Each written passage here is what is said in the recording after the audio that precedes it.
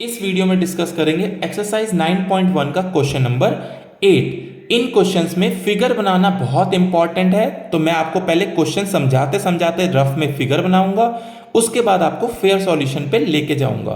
तो चलिए क्वेश्चन पढ़ते हैं। अ स्टैचू 1.6 मीटर टॉल, एक स्टैचू है, मान लेते हैं ए बी एक स्टैचू है जो कितना है 1.6 मीटर लंबा है। Stands on top of a pedestal, ये किस पे खड़ा है? एक पेडेस्टल के ऊपर खड़ा है। मान लेते हैं पेडेस्टल क्या है? बीसी। ये आपका ए बी स्टैचू हो गया और ये किस पे खड़ा है? बीसी पेडेस्टल के ऊपर रखा है। From a point on the ground the angle of elevation of top of statue is 60 degree.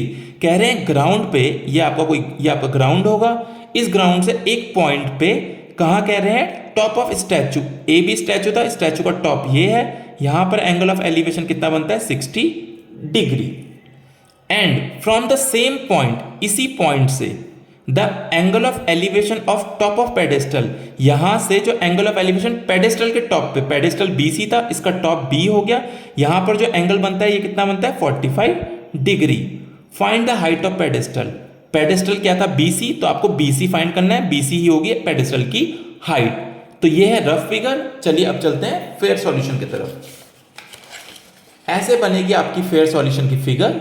ये देखिए बीसी पेडेस्टल है, इसके ऊपर एक स्टैचू है ए बी 1.6 मीटर लंबा, यहां से ये एंगल है 60 डिग्री और ये एंगल है 45 डिग्री।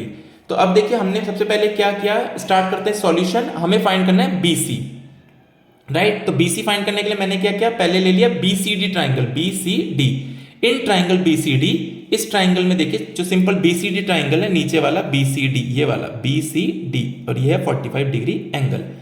ये छोटा सा इसका मैंने अलग से बना दिया है। इसके सामने परपेंडिकुलर होगा, नीचे होगा बेस, और ये हाइपोटेनियस।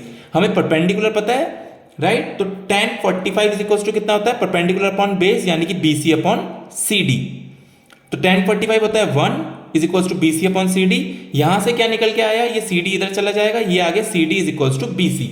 अभी के लिए हमें पता चल गया जो सीडी है वही बीसी है, और हमें निकालना क्या है? बीसी। तो चलिए आगे बढ़ते हैं। अब ले लेते हैं हम ट्राइंगल ए डी सी, पूरा ट्राइंगल ले लेते हैं ए डी सी। देखिए एक ट्राइंगल ले लिया हमने ए सी डी या ए डी सी, कुछ भी बोलिए, ए सी डी। ये है हमारा 60 डिग्री। इसमें क्या है? ये सामने वाली साइड होगी परपेंडिकुलर, एंगल के सामने वाली साइड, नीचे वाली साइड होती है बेस, और ये है हाइपोटेनियस। तो हमने क्या, tan 60 कितना होता है? tan होता है परपेंडिकुलर अपॉन बेस, यानी कि AC upon CD, AC upon CD। √3, tan 60 है √3। AC देखिए क्या है, अगर मैं आपको पुरानी फिगर से दिखाऊं, AC को मैं लिख सकता हूं AB प्लस BC।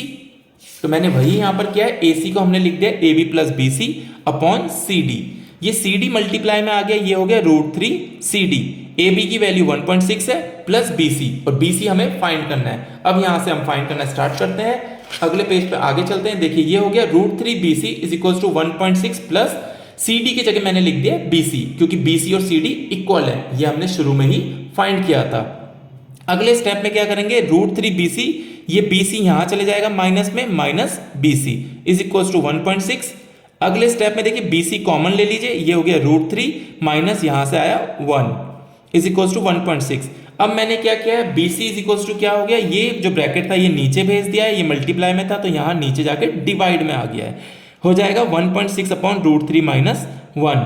कभी भी नीचे डिनोमिनेटर में रूट में आंसर नहीं छोड़ते हैं, तो हम क्या करते हैं, इसे रैशनलाइज करेंगे। 9th क्लास में आपने पढ़ा है, फिर से दिखा देता हूं। क्या करेंगे, मल्टीप्लाई करेंगे √3, अपोजिट साइन यहां पर +1, और नीचे भी √3 प्लस 1 के साथ। तो ये हो जाएगा 1.6 मल्टीप्लाई बाय √3 प्लस 1, ये हो गया 1.6 मल्टीप्लाई बाय √3 प्लस 1, और नीचे आ गया √3 माइनस 1 मल्टीप्लाई बाय √3 प्लस 1। ये कौन सा फॉर्मूला बन गया नीचे का? a minus B A plus B, जो होता है a स्क्वायर, a क्या था √3, a square minus b square, 1 का स्क्वायर।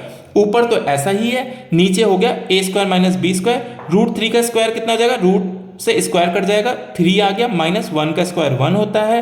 अगले स्टेप में फिर आइए, ऊपर सेम टू सेम है, नीचे 3 माइनस 1 हो गया 2, 2 से 1.6 कटेगा, आ जाएगा 0.6। 0.8 ब्रैकेट में हो गया √3+1 मीटर। ये आ गया आपका आंसर। हमें BC ही निकालना था, BC था हाइट ऑफ पेडेस्टल, वही हमें फाइंड करना था। तो आप फाइनल आंसर में लिखेंगे therefore height of pedestal is 0.8 bracket में √3+1 मीटर। यूनिट लिखना बहुत जरूरी है, मैं हमेशा आपको कहता हूं यूनिट लिखना बहुत जरूरी है। चलिए, तो आई होप आपको ये सॉल्यूशन समझ में आया होगा। मुझे कमेंट सेक्शन में अपने रिस्पॉन्सेज जरूर बताइएगा और नेक्स्ट क्वेश्चन के सॉल्यूशन के लिए मिलेंगे नेक्स्ट वीडियो में।